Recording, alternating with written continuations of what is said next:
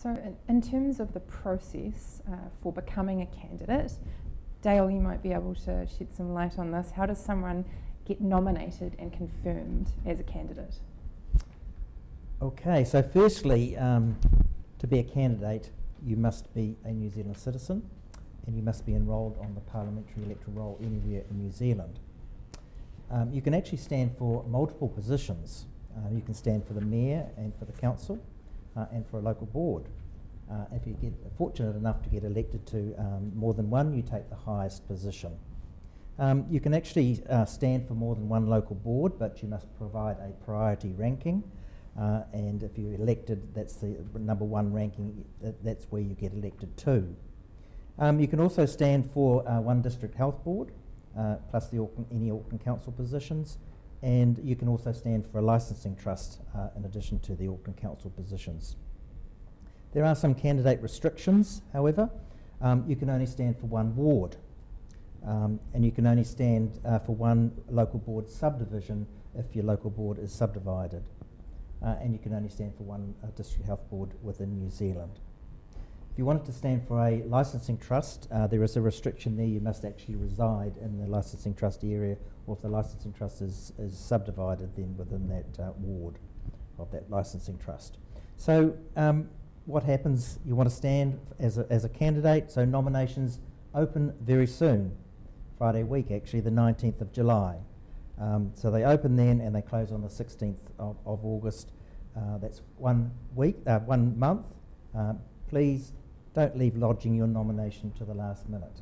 If there is a problem and you leave it lodging it to the last minute and there's a problem, there's very little time to get it fixed. So they must be received by 12 noon on Friday the 16th of August. There are no exceptions to that. Unfortunately, at 12 o'clock the doors closed and that's the close of nominations. So what do you need? You need an official nomination paper. They will be available online, so you can download a nomination paper from voteauckland.co.nz.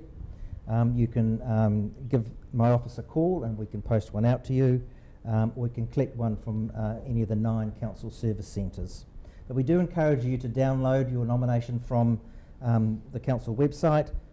It's now editable, so you can now type your information in. So it's nice and clear for us to read, and then you just print it out, sign it and submit it in hard copy.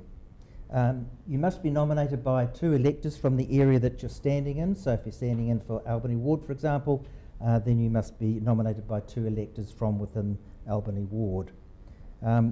With your nomination paper, so you have an official nomination paper, you will also need to supply a number of other things, and they must all be supplied together.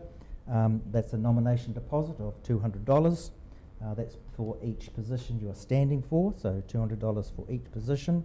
You can supply a candidate profile statement. It is optional under the legislation, but we do strongly suggest that every candidate submit a candidate profile statement. That's a 150-word statement basically about what you intend to do if you get elected, and a little bit about yourself so that the electors who are voting will know a little bit about you there. A recent colour photograph that needs to be supplied. If you'd like that in there, we strongly encourage you to supply that as well. That goes with your 150-word statement, and that gets posted out to all the electors so they basically read about you and see who you are. We also require evidence of New Zealand citizenship because, as I said earlier, you do need to be a New Zealand citizen to stand for office, so we do need evidence of that. And if you're standing for the District Health Board, we do need evidence of a conflict of interest statement. Margaret, would you like to add on to that? Yes, I would like to do a 1-minute advertising for Auckland Council election website, because when the nominations close, we will have all the candidate profiles on the website, and there will also be an opportunity for candidates to put more information there so that voters actually are better informed and can make a more informed choice. So we're very excited to be able to offer that. Excellent. And you can download the candidate information handbook from that website, can't you? Yes, so all the information that will be in the handbook will be on the website as well. Excellent. And Dale, we have a question here for you. The $200 nomination deposit, Is this for each of the 2 required nominations or $200 total? No, it's for each position you stand for. So if you stand for 2 positions, it's $400, $200 each. Yes. Okay, excellent. So I assume once you've been confirmed as a candidate, the next step would be to start campaigning. Do we have any legal requirements in terms of campaigning? Absolutely, we do. And things you need to be aware of really is that you can campaign anytime, so you can be campaigning now. You can actually campaign on election day, which is slightly different to parliamentary elections. If you are doing any promotion, any election advertising at all, you do need to show an authorisation statement. That's your name and your physical address, so that is a legal requirement. What we strongly suggest now is to use social media for your campaigning. It really is a great way to campaign. It's instant, it's free, it is far-reaching. You can use it in many ways. You can promote yourself, your policies, you can post messages, you can put key dates on, you can run polls, you can do videos, all sorts of things on that, and it's pretty much free, so it's a really good way of campaigning. One of the legal things that you do need to be mindful of is the Auckland Transport Election Signs bylaws, so you just need to be mindful of the bylaws of where and when you can place election signs. There's a voluntary 9-week period for residential sites and approved road reserves, but on approved sites on parks it is a mandatory 9-week period for all local board areas except Aoraki, which is a 4-week period prior to election day.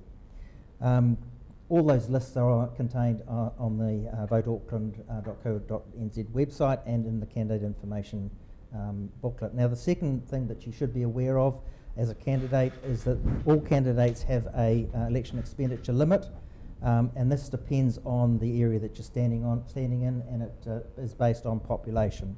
So for the mayoral position, for example, there is a maximum limit that a mayoral candidate can spend of about $640,000. And all the limits do include GST, so don't get tripped up and think that it's plus GST. There is a required statutory form that you must complete, each candidate must complete after the election, and that is required as a public document for 7 years, so just be mindful that that is a requirement. Excellent, thanks Dale. And to the 2 panellists who have actually campaigned, what does this look like? Can you talk us through what was effective for you, what was perhaps not so effective for you, and what should candidates be thinking about now? Michael? Yeah, cool. I think I'll kick this off. I guess it's important, I don't think you should let the money side of it either stop you from running. And I give the example that the last campaign that I ran, I essentially did it for free. I didn't get any donations, and 90% of it would have been on social media. So yeah, I don't think that should stop. I think everyone overcomplicates it, and you know, I take on Dale's points that yeah, there's some legalities around it, but essentially there's no rules to campaigning. You can be as creative or as free as you want to engage your community, and I think a lot of people find comfort in just slipping into doing what everybody else does. And I really I discourage that. I think you can be experimental with this. My campaign experience will be different to everybody else's.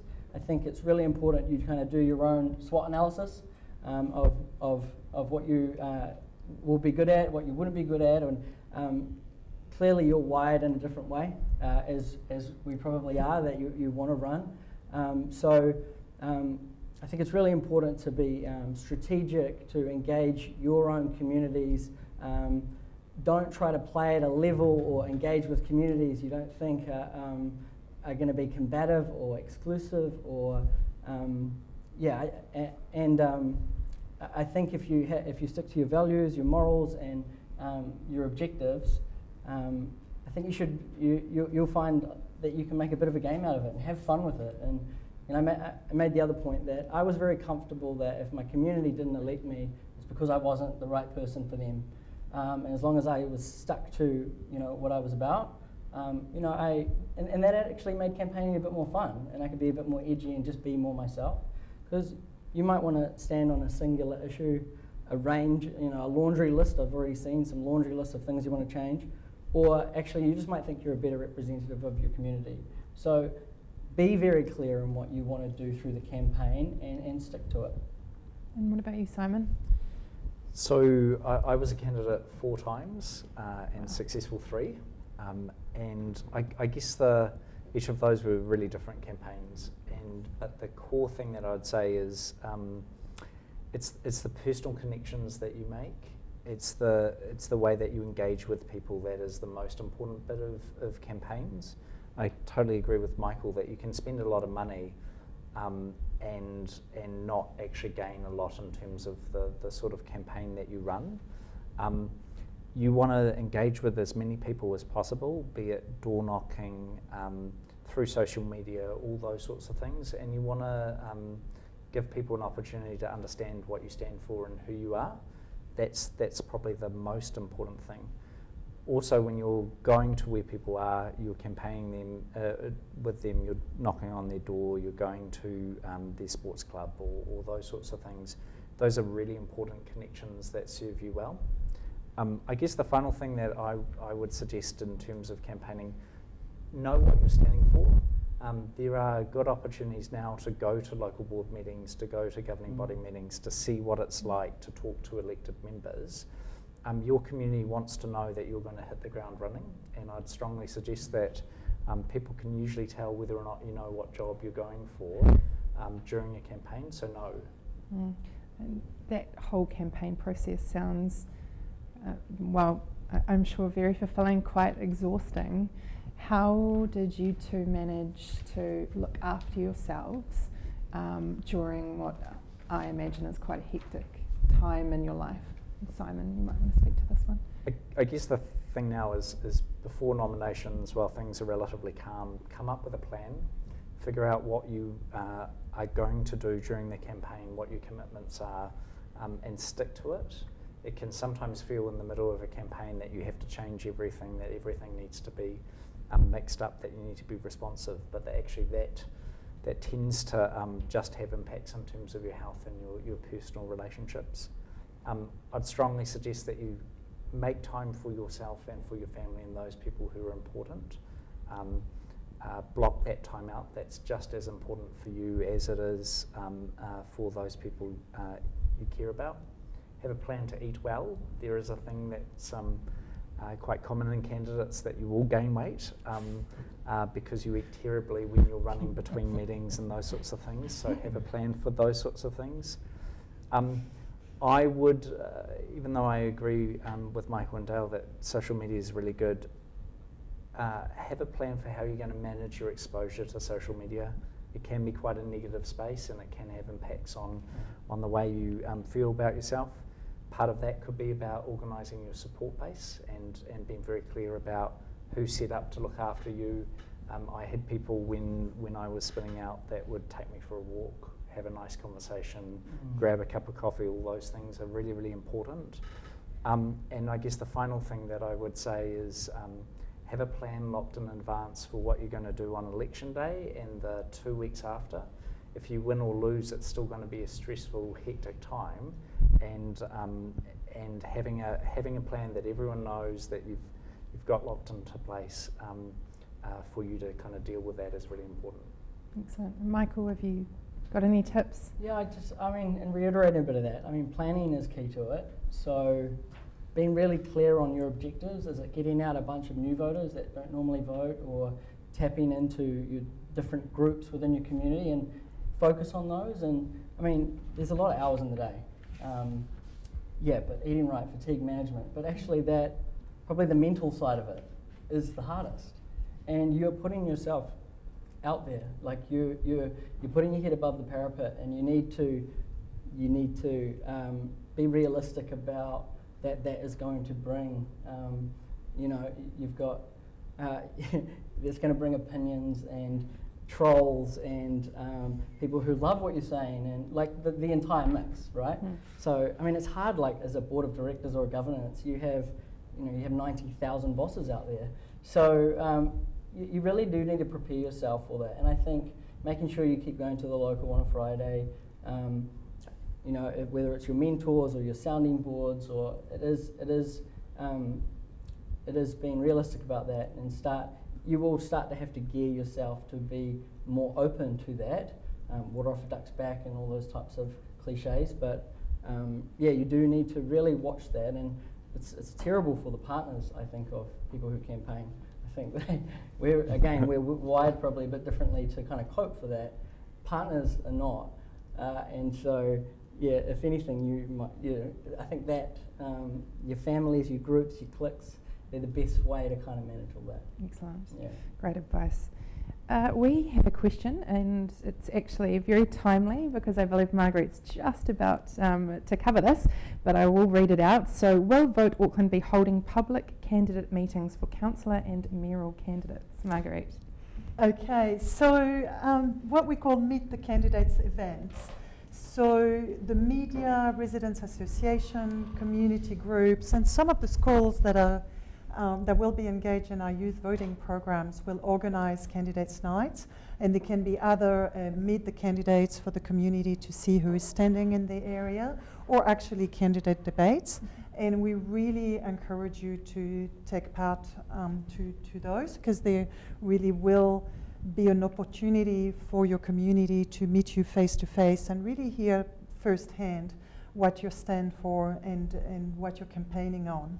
Auckland Council will not be organising any of these candidate evenings directly.